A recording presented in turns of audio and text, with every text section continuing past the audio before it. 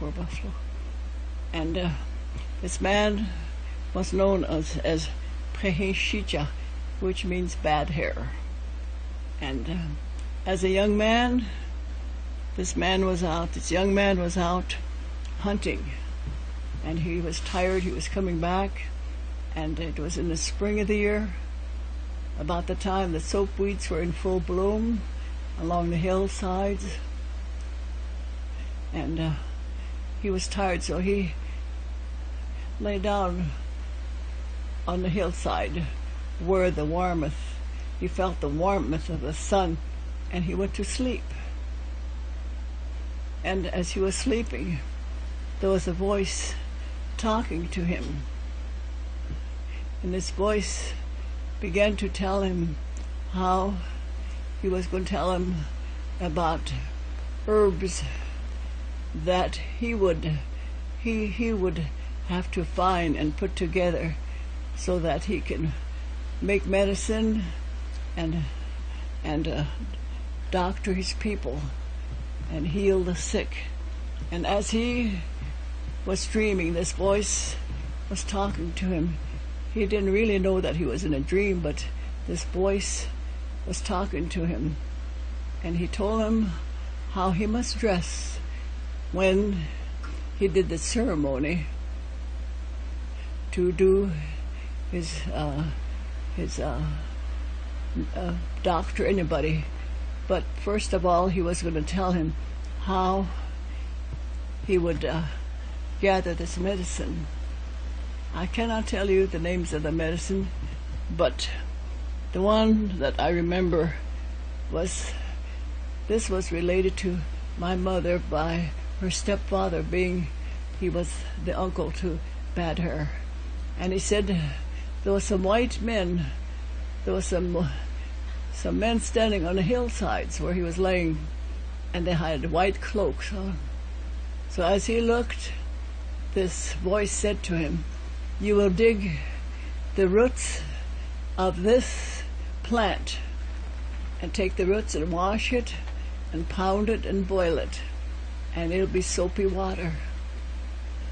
And you will dress the wounds, sores, with the solution to cleanse the sores." And as he took better look at it, there were what they call the yucca plant, or it was in our language here, it's called the soapweed. Mm-hmm. And then, as I said, I can't name every medicine, but he showed him different plants, and he would name them, but they were stamped on his mind as it was being given to him by a Wakan voice, that it was like a recording stamped on his mind where to go and find this medicine and how to use it. So he listened to this voice as this voice was talking to him. And he said, I remember one plant because my mother used it a lot.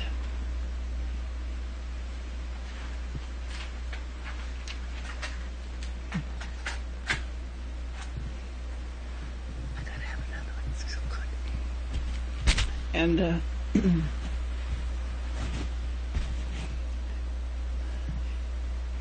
she said, you find these plants where the ground is soft. And my mother used to find these plants where there was an old garden where the soil has been dug and soft. And this plant, I remember, so that's why I'm telling it now. This plant, he said, you will dig up, and it looks like the form of a man. And he said, with this root, he said, you dig it up, wash it, and you dry it, and you will grind it up, and you will doctor anybody with swollen, in a place that was swollen. You will oil your hands and put this ground up herb on your hands and hold your hands over live coals to heat up your hands and lay it on the swollen, and the swelling will go down. And in Indian they call it boipi. They call it medicine for swelling. That was the medicine for it. Mm-hmm. And when you dig up this plant, it looked like the form of a man. And so I know this root. I don't know if I could find it today, but my mother used to dig it up, and we used it a lot for swelling. And this voice told him, he said, you see this duck flying? He said, you must find this duck, and every time you are about to use up the flesh of this duck, he said, the duck will come flying where you can kill it and dry all the flesh part of it, and dry it and use it in some of the remedies I'm going to give you, that you have to use part of this flesh. And then he said, and you will find cherries, the white cherries, and these grow only in Montana. The wild cherries are white cherries up there. So that's where he had to gather these white cherries. Then he said, and he gave him so many different kinds of medicine roots and all, but my mother couldn't remember them all. But she said that he gathered all his roots and he made bags of different medicine, and he knew what everyone was supposed to be used for. And this voice told him, when you get ready, he said, you will be called a bear medicine man. But he gave him a list of many herbs, and he said, you will be called a bear medicine man. And he said, you're going to doctor anybody, he said, you have to go through the ceremony.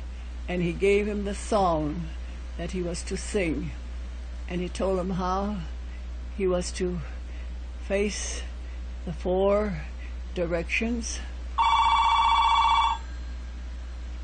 Go ahead, Lance, or do you want to pick that up for her? Okay.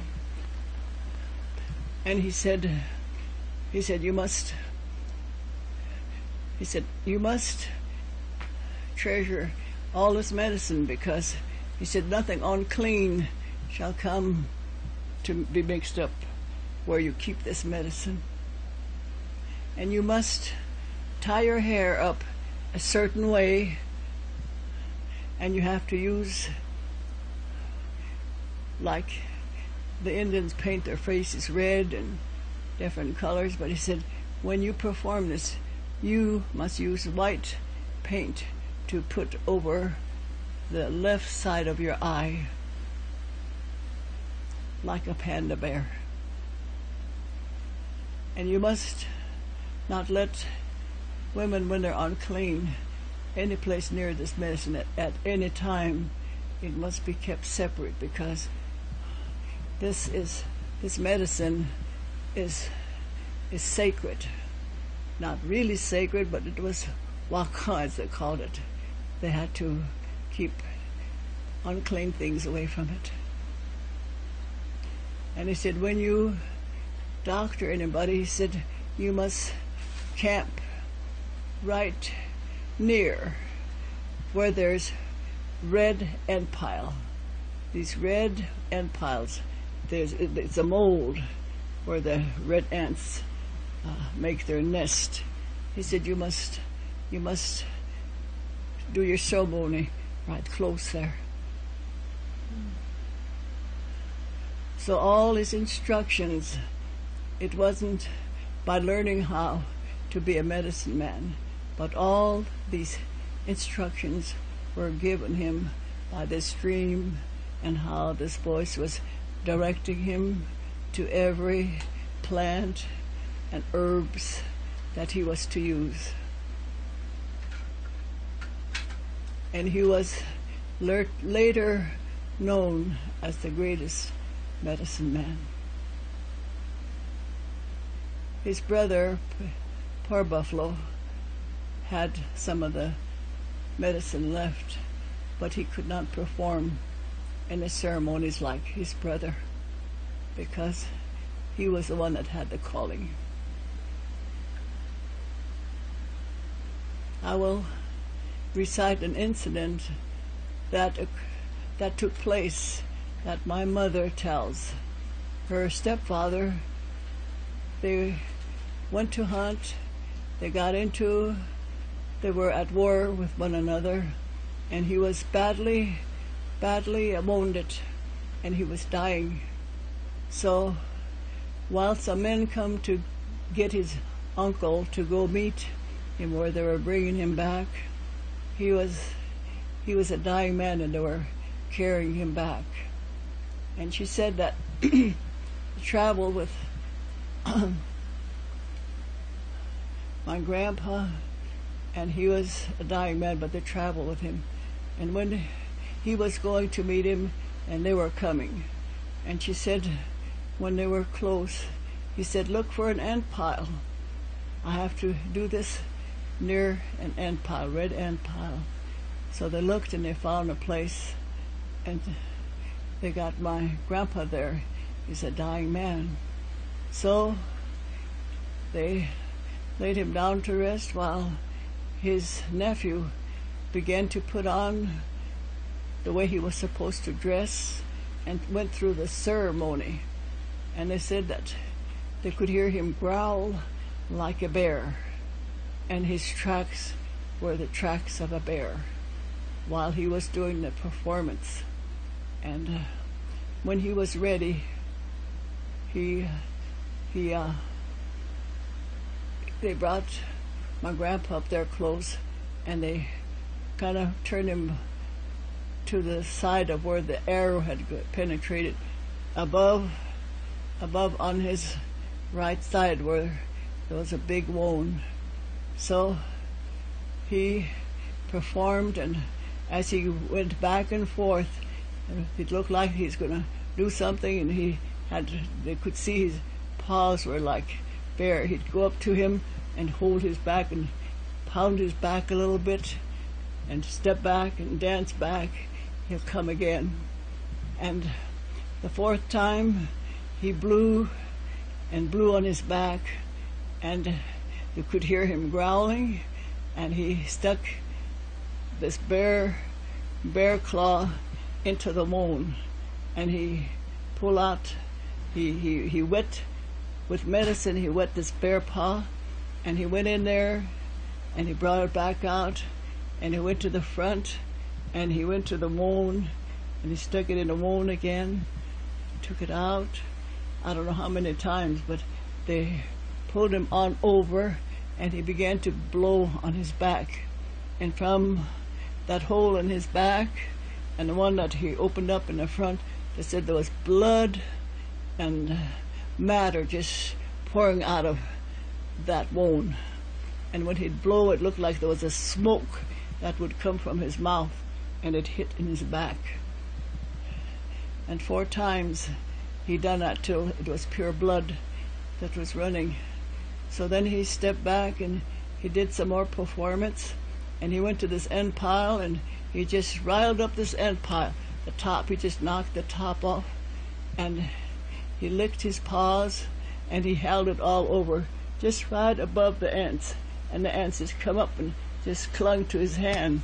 And he, with his medicine he was chewing, he licked off these ants and licked them and put them in his mouth, and he